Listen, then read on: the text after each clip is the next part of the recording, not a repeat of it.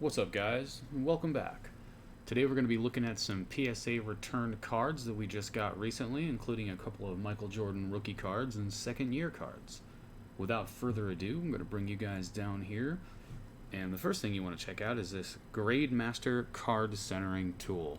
If you do submit to PSA, you might want to give this guy a try. It's got a nice little layout. You can put the card down inside of it. There's sorry, I'm going to show you guys the first card here. Might as well not keep it a secret. It's Erie Eric. It's a garbage pail kid.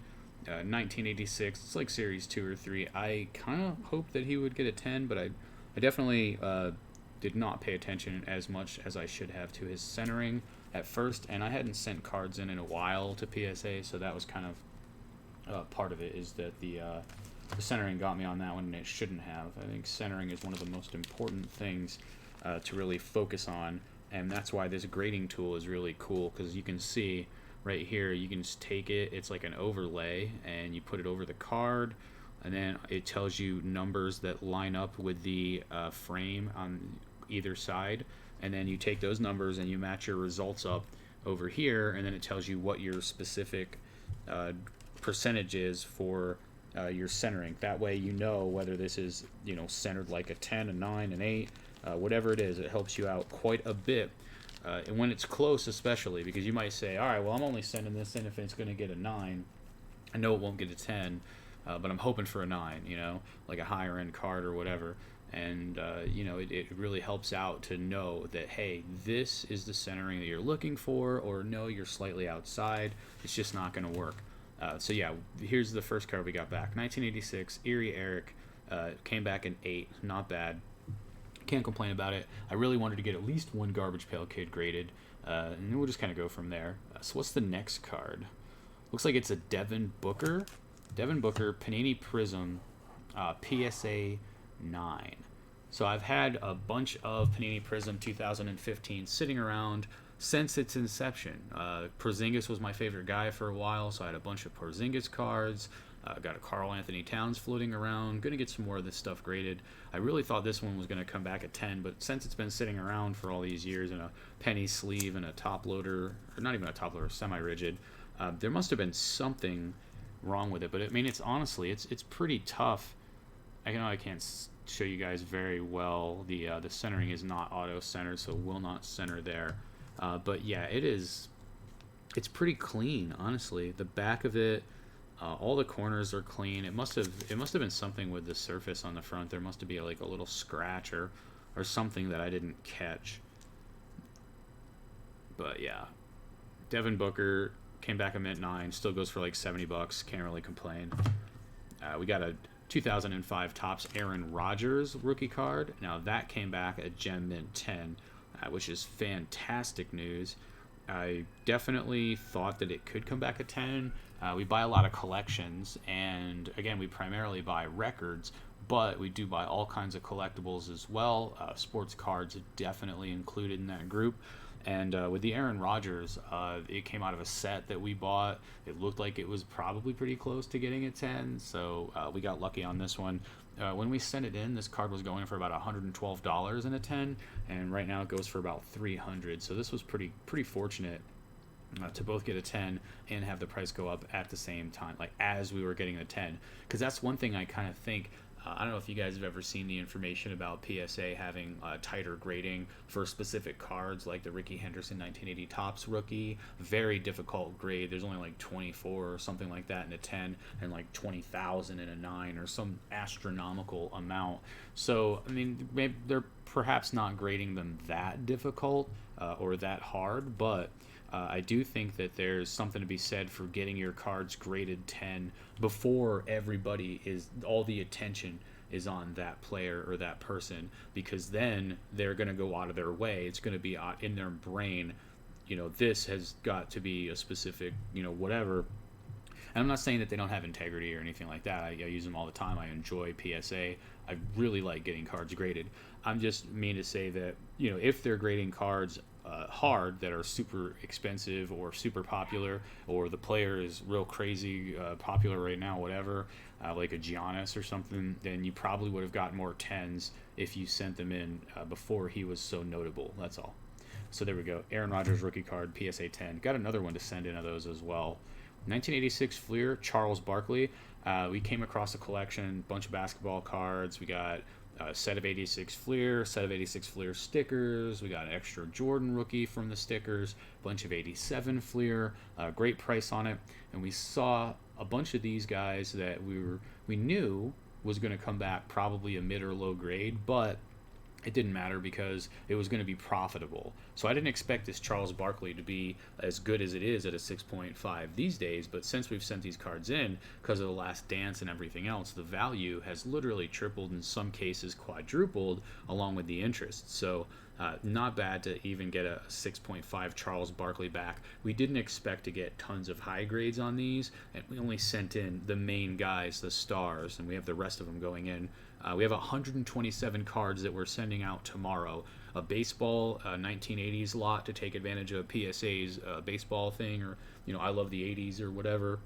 We got that going, and then we have 102 in a bulk submission for 72 to 2016, and then I'm probably going to put in an ultra modern 2017 plus.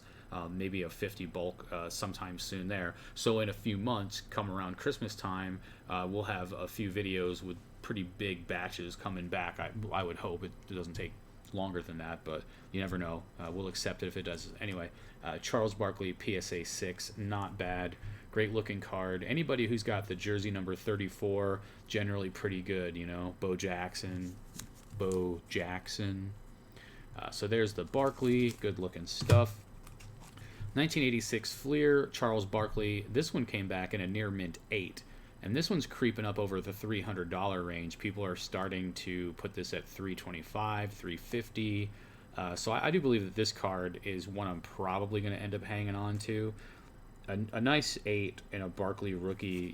It's obviously there's some centering left to right. There's probably not much of a reason to resubmit this to try to get a 9 or something. I think the centering and a tiny bit of corner wear is pretty much going to call it on this one. But nonetheless, pretty awesome stuff. And where does it focus? Yeah, it's not bad. The focusing's not bad. So there you go. PSA 8 on that one. We got 2 Dominique Wilkins, and they both came back a PSA 7. Still like a $60 or $70 card, so can't really complain. 1986 Fleer Isaiah Thomas in a PSA 8. That's not bad at all. Anytime you can get an 8 or better on vintage cards or on rookie cards, just any sort of popular card that isn't modern, so it's easier to get a 10. Like if you had a Prism card from 2020, you'd probably want a 10 on it, and maybe it came out of the pack a little bit off center, or maybe there was a corner ding. Either way, you're mostly going to get higher grades on modern cards. So if it's something like this, an 8 or better is generally great. 10s are going to be super expensive for these popular old cards. 9s are going to be somewhat the same. It depends on the supply, the PSA population report, what's said. Obviously, there's a lot of variables.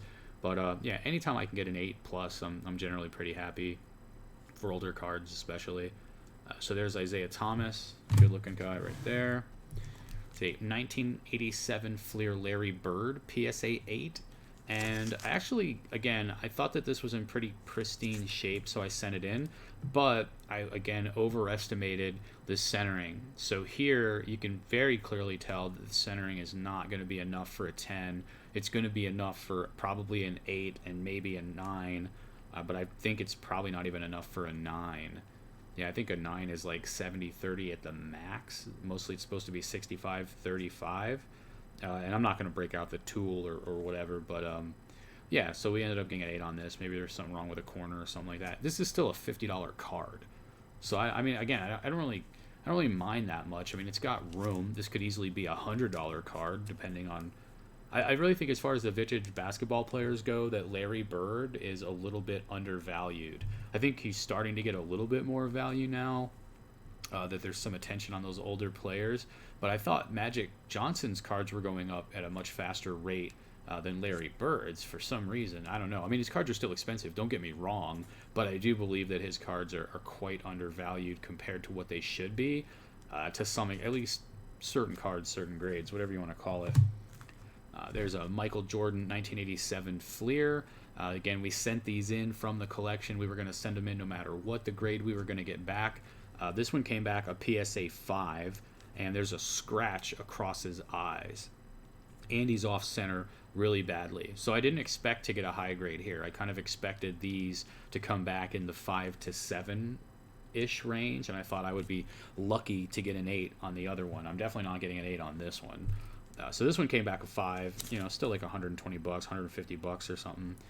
Not a bad just copy to own, you know what I mean? Like, you really want this Jordan card, not bad to pick up a low quality or whatever, low grade one. Still collectible, still awesome, still Michael Jordan's second year, still real. And there's the PSA 6. So this one had centering issues, pretty bad left to right, top to bottom. Didn't have a scratch on the front of it, but the centering was so bad that there was just not much going on here for us. So that one's a PSA 6. It's still like a $200 card. It's still like a $200 card. It's crazy. It's gorgeous to me, though. I love this stuff. We're still probably going to sell these and hold out for a slightly higher grade. Akeem Olajuwon rookie card. That came back an 8.5. So that was a good one. It looks like this goes for between 400 to 600 or something like that right now.